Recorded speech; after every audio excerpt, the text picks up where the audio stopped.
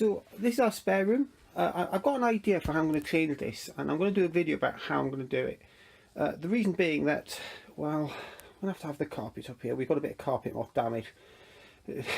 Long story short, we got this beautiful woolen carpet cheap, and I put it down, and of course we don't much go into the spare room for a little time, so over time we got some carpet moth damage, and I want this covered up. So I'm about to empty this room out within the next couple of days, and it's an opportunity to do something different. So I'm going to move the fancy dress wardrobe out. This is our fancy dress wardrobe. We're very lucky, we have a whole wardrobe full of crazy mad things. It's going to go in the other spare room, and this is going to be more for my better half to do her quilting in. She makes some fabulous wonderful things with a sewing machine there. It's not always covered in fancy dress hats. That's because we've got all manner of stuff off the floor and out of the wardrobe. And we've had this desk forever, and it's all right, but wouldn't it be nice if I took this whole area and turned it into a workstation? Wouldn't it be better if she had a proper bit of space for doing whatever quilting and other crafts that either of us want to do? So I'm going to do that, and I've got this idea for how I can build a really nice workbench across there, using components that really aren't very expensive if you buy them online or if you shop for them. So I'm going to make a bench about 2.2 meters across. This whole space is about 2.4 meters. I've got some things on order to do it. It's going to be made out of good solid wood. It's going to cost us probably in the region of 120 quid, although I think when you see me do it, you'll realise you could do that for a lot cheaper. I haven't skimped on the components because this is something I want to be actually quite nice and something you want to sit and work at because it's a nice place. I think if I was to cost this with cheaper components, you could probably do it for something in the region of about 60-70 quid. So what's on order is I've got 3 little shelving support units coming from Amazon. They should arrive today. Now on Wednesday I've got some workbenches coming that I found cheap in Homebase. There's going to be some sanding, some cutting shelves to fit. There's going to be some fiddling about with getting things just right and getting something along the back, maybe cutting holes in for getting to the electrical sockets, and I might stick some new sockets in there with USB power because, well, why not? Yeah, so this is just going to be just laying out the space. First job is going to be getting this bloody carpet out because it's awful, which means all the stuff out of the wardrobe and box already, which is on the bed, and getting the room empties out. That's the job for Tuesday. And then Wednesday night we'll be having a go at making this bench up. Hopefully. More soon.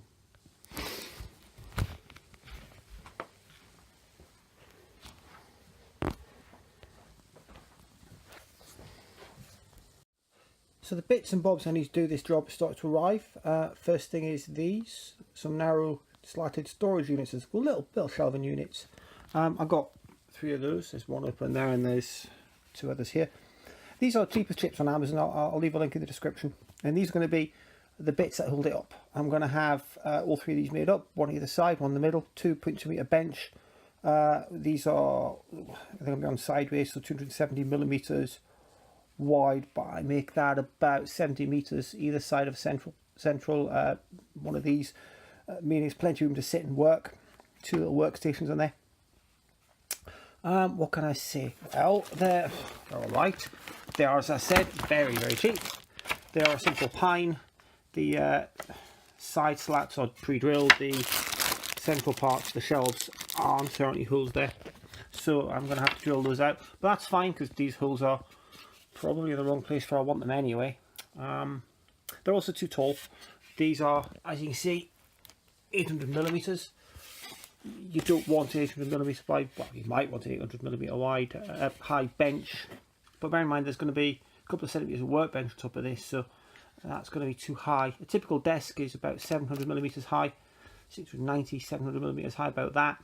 So I'm going to take about 10 centimeters off the top, and what I'll do is I will line them all up. I will tape them together. I'll get them fully lined up one end, and I'll cut them straight at the other end to make sure they all stay the same length. I have 3 of these to do, so I've got 12 of these to cut. I think I can cut that deep with my circular saw. If not, I don't know, maybe jigsaw it. The point is, if I tape them all up and cut them together, then I'll get them all at the same height. Any error I make trying to cut 10 of them all exactly the same height separately could make the whole bench very, very wobbly. But if I line them all up and cut them together, it'll be very, very flat. That's what I want. What else to say? Well, as I say, it's cheap and cheerful. I'm going to stain this with an oak stain when I make them up, because the top I picked out is acacia wood stained oak, so they'll be roughly matching colour. The finish is very smooth. I don't think there's any further sanding needed here. I mean, I could sand it a bit more, but instead I think I'll stain it and then maybe put some oil on it to. So if you use a water-based stain and then oil it, it'll be not shiny, but at least well protected and well stable. I'll probably use teak oil on these, on the whole project, in fact. Yeah, these are fine. The wood is a little bit knotted. It's a little bit lower grade, but you know, in a furniture piece this small, that doesn't matter. It can't bend very much. When it's bolted together, it'll be absolutely fine. And when stained, that'll add a bit of character, a bit of interest to it. So yeah, I'm going to tape these up now. Maybe cut them tonight, maybe cut them in the morning. The bench doesn't come until Wednesday, so there's no hurry. More later.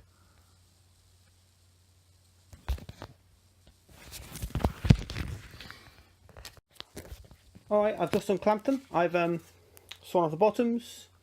I've added some holes at the top, so when I screw it together, I've got the top shelf right at the top. The bottom shelf will be about there, and I know she might decide she wants the other shelf right in the middle, which will be awkward, but you know, we can do that. Or I might just put it about 2/3 way up, so there's a big space for boxes on the bottom and a smaller space for smaller things on the top shelf. I'll talk to her about where she wants that. That's done. I've got lots of little offcuts now. Always keep some of those handy. You never know when you're going to need to do some testing of a tool, or some test sawing, or just for clamping them in place so you don't damage the surface of the wood you're working with. Or even just as little wedges, putting in things. Keep some of those handy. Yeah, that's done. I can piece those together now, and then I can start putting the whole thing together when the bench arrives. So the shelving units, I've put them together after cutting them short as I described in the last bit. What can you say? To call them cheap and nasty would be unfair to cheap and nasty things. These were terrible. There's places where I've sort of had to bend the legs slightly, not because I'd cut them with different lengths, but because these shelves, they're not all the same width even. These are manufactured to a ludicrously poor quality, but out of basically quite sound timber, so they'll do the job. I don't know if they're going to be strong enough to hold the bench without any further support at all, but I've got some other timber on order to give us some more support should I need to. I'm going to put a little rail across there as well, just to give them a bit of sideways rigidity. And as you can see, this is the kind of space we're going to be taking up with the bench. That whole wall is effectively going to be, or the try is going to be the workbench when it comes. That should arrive later today. I'll be sanding that and getting it ready. But in the meantime, I'm going to stain these. Now, staining wood is simple. You buy a wood stain, mix it up, you paint it on, let it dry, you wipe off the excess. First you put down a whole load of newspaper because you don't want to get it all over the new carpet. And that's it, that's all you do. The acacia bench I've got coming is sort of an oak stained already. So I'm going to be mixing a little bit of that mahogany, a little bit of that oak. If you've got two spirit-based dyes, you can usually mix them together to get the colour you want. I'll flip one of these over, I'll do some test spots, I'll wipe off the excess, and we'll see what colour they go. And when it goes to about the colour I want, I'll use that mixture. And that's what I'll do. This will take a couple of hours to dry properly. It's a cold day, so it'll take a little while. I'll update you when I've done. So the bench has just arrived. 2.2 metre acacia benches, stained light oak. They will do us grand. Two of them, as I say, they're an absurdly cheap price. I think they were something like 45 quid each. Otherwise I'd have picked up some blanks and smoothed them, sanded them, got them to the size, got them flat, glued them together and screwed them to the top of the benches up there. But this is really nice for the price, and very, very happy with those. Now when you get a kitchen bench like this, and they are manufacturers' kitchen benches, first thing you want to do is unpack them, decide which is going to be the good side, which is going to be the bad side, and then get them up to the room you're going to have them in. They always recommend, the manufacturers, firstly, leave them lying flat. Don't let them pick up any warps by leaving them the wrong way up. Secondly, get them into the atmosphere in which they're going to live. Now that sort of assumes that atmosphere is going to be the same every time, and that any warping and any shape shifting they're going to pick up is going to happen straight away. Now we do have a central heated house, but we don't have the heating on all the time. It's not the case that the atmosphere is the same all the time. It's kind of wintry outside now, so yeah, you should really leave them sitting for 2 days in an environment similar to where they're going to be. How practical that is another matter. But those 2 days are a really good sort of time for you to get them how you want them, get them ready, get them sanded, get them smooth and get them oiled. So he's going to go upstairs once the stain is dried. They're going to go on the floor up there. And then sanding. So first thing I want to do is decide which side is best. One side will no doubt be smoother than the other. Smoother than the other. One side might have any sort of faults in it, like that one's clearly be filled with something. Pick the better side, decide which way's up, do most of your work on that one. To begin with, I like to oil both sides of the bench, so I will be oiling both sides to start with. But then the top side will be entirely smoothed before that. I'll be going through some grits to get that as really smooth as I can. If this was for a kitchen, there's some advantage in it not being kind of glassy smooth. You want it to be smooth, but you want it to have a bit of wood pile standing up such that they can take in more oil and stay hydrophobic and water resistant for longer. This is for workbench in the bedroom. This isn't going to be for wet use. This is for textiles, and I want it to not catch at all. I want it to be as glassy smooth as possible, and this is a long way from being that. So I'll be going up through some grits to get this nice and smooth, and then I'll be oiling it with some linseed oil, probably, maybe tung oil, I think linseed. And that'll be ready to go on. Now the other one I'm going to be cutting whole long length off for going on the back to stop things going down the back, and that will be both glued and screwed. That's because I know what she's like. She does tend to push things right to the back of a bench, and I've built things for her before, and I know they've got to be, they've got to be rugged. So this is going to be made tough. Glued and screwed at the back with the protection, and I'll be putting some on the side as well. The rest of it, I'm thinking, is probably going to be saved for Christmas presents. I'm going to be cutting it up into appropriate sizes, and that will become chopping boards. I might restain it, maybe not, because it's going to be having food directly on it, but it'll be sanded, smoothed, and it'll be chopping board ready. We have plenty of time for getting it as flat as possible by Christmas. So that's most of my Christmas presents sorted out. It's also Ellie's workspace sorted out. More later. The shelving supports at the bottom, they're all now nicely put together and stained to match the worktop. I've just taken the worktop, gone upstairs. This one's not going to be stored on its side, it's just here on its side right now, so I could finish what I'm doing to the one that's going to be the main surface.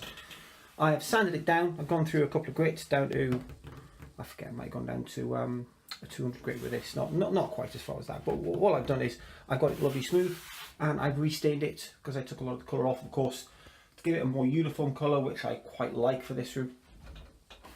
It's smooth, it's been stained, and the next job is going to be to oil that. However, before I oil it, and while I'm letting that that stain dry, I come to this bench. This one's been smoothed as well. It was during that process I decided which one I like best, and this is a better worktop than this one. But of course, part of the plan is I want a retainer at the back of that and down the sides. And I'm going to pin them to the outside. They're going to be screwed in place and glued, because if they get a good battering, I want them to stay in. And to do that, I'm going to take off about 9 centimetres from here. That'll give us about 7 centimetres sticking up at the back. And I'm going to take that off all the way along with the circular saw. And then I'm going to do the same at the other end. And that bit is going to become the pieces on this side and that side. And there'll be one long straight one at the back. That'll stop anything being pushed down the back. It'll stop anything falling. It will also add a certain extra element of rigidity there as well. And that, after oiling, which will take a couple of days to let several layers of oil stand in, will be the job nearly done. I then have to decide, when I've got that all pinned together, if it's stable enough. And I think it's going to be very nearly stable enough, and I might not need much extra support. So I might not need those two bits.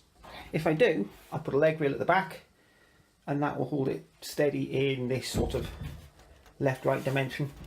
But as I say, I think when it's pinned, it might not wobble much at all, but we'll see. So the next thing is measure this up. Basically draw a line 9 centimeters along. I have two massive handy rulers there for that. and then get my circular saw out and cut it. That will be fun. It's all sewed up now. Well, the first bit's sewed up, as you can see. We've cut that pretty narrow, so we cut a bit off either side. I've got one bit lined up at the back. It's not tacked or bolted yet. Obviously I'm not going to do that for a day or two until I've got everything oiled and ready, but I've just lined it up there and I've left it sort of sitting there so I can measure the other bit to one side. What I'm going to do now is I'm going to mark it off with a pencil. I'm going to cut it off, and then all my pieces for the worktop are ready. I should probably add a little bit more stain to the piece at the back and the side to make them match this bench, but there's not a lot on it. I'll check them all for smoothness and then start oiling. It's had a couple of hours for the stain to dry. This is now sitting waiting to be oiled. There's various ways you can do this. My method is I pour it on and wipe it off with a tissue. Not quite as simple as that, but I'll make a pool of linseed oil, spread it around with some kitchen roll, leave it good and oily, come back in quarter of an hour, 20 minutes and wipe it off. Then I will let it dry. I will give it until, well, tonight, and then I'll give it a rub with some steel wool and do another layer. And then I'll do the same thing tomorrow, once before I go out, once when I get back. That means I'll have 4 coats of linseed oil on here, and that will give us a durable, smooth surface. And I'm going to leave it for a couple of days, let this settle down. And then we will glue these side and back bits on. These are going to be all just like the bench. We'll glue and bolt it, we'll glue and screw it, we'll have a look to see how stable it is, and then that's job probably done. More later. So I've got the first couple of coats of oil on and it's looking really nice. Next thing I'm going to do is I'm going to just rough up the very bottom of this bit of wood that's going to go on the bottom. Because what I've done is I flipped the bench around 180 degrees, so this is going to be the back. That there's going to be the back of the, well, backstay, and by turning it around I can now very easily rest it on there, drill some guide holes. I can rough it up right at the bottom with a little bit of steel wool to make sure the glue takes. Put down some wood glue. I'll be using some polyurethane wood glue here because that's pretty solid stuff, and I can glue it, I can screw it. That will stay flat until the glue sets, and then comes doing the same thing with the side bits. Right, I'll go with that. I'll see you afterwards.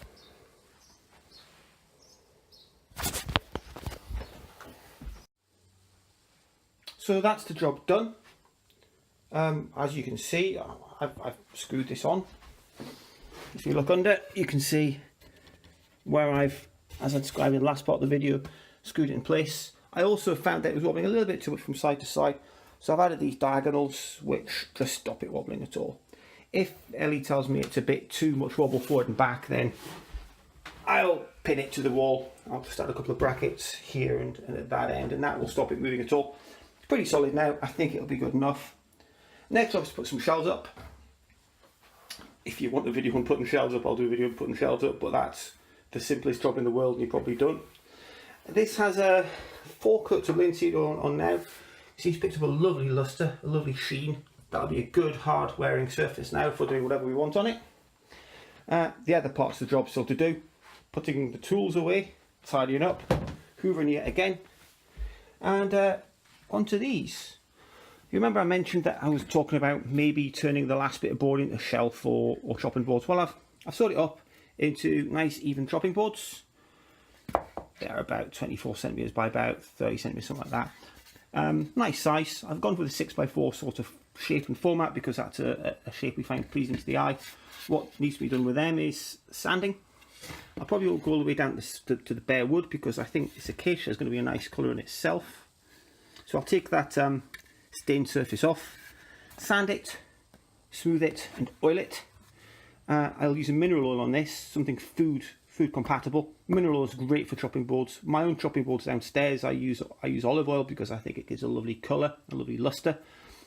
But for gifts, something hard wearing and something which won't need much replacing, mineral oil. As I say, I'll probably gift these at Christmas. I might not, I might eBay them. I reckon they probably go for 15, 20 quid each on eBay when they're made. That'll pay for the whole job, in fact, if I was to do it that way. I didn't skimp on the components or the cost. The most expensive part by far is this top. But as you can probably work out, if you were to get 3 planks, cut them to size, sand them, smooth them, oil them, this would be just as, well, almost as nice. But this saves so much work and so much fuss that I think I made a good choice with that one.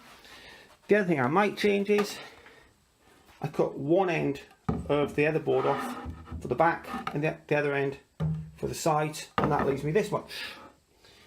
It's a nice bit of wood, but one of those sizes which makes it more or less useless.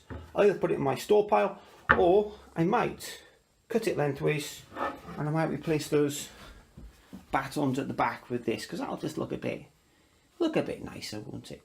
But anyway, that's that. Thank you very much for watching this. If you got to the end, congratulations. Next video I think is going to be some chickens, because I've taught my new chickens a couple of party tricks which I think are worth showing off. And after that I think maybe a bit of cycling. I haven't done a cycling video for a while. I feel it's time. So, thank you for watching. If you want to share this, please do. If you want to subscribe, that'd be great. Since YouTube changed their monetization policies, not that I made a penny out of this channel anyway, but since then, turning it into 1,000 subscribers and so many hours of footage thing, I feel they've made it into a challenge, and I feel it as a challenge you should accept it and have a go. So there you go. Please subscribe, please share this, and I will talk to you soon. Thank you very much.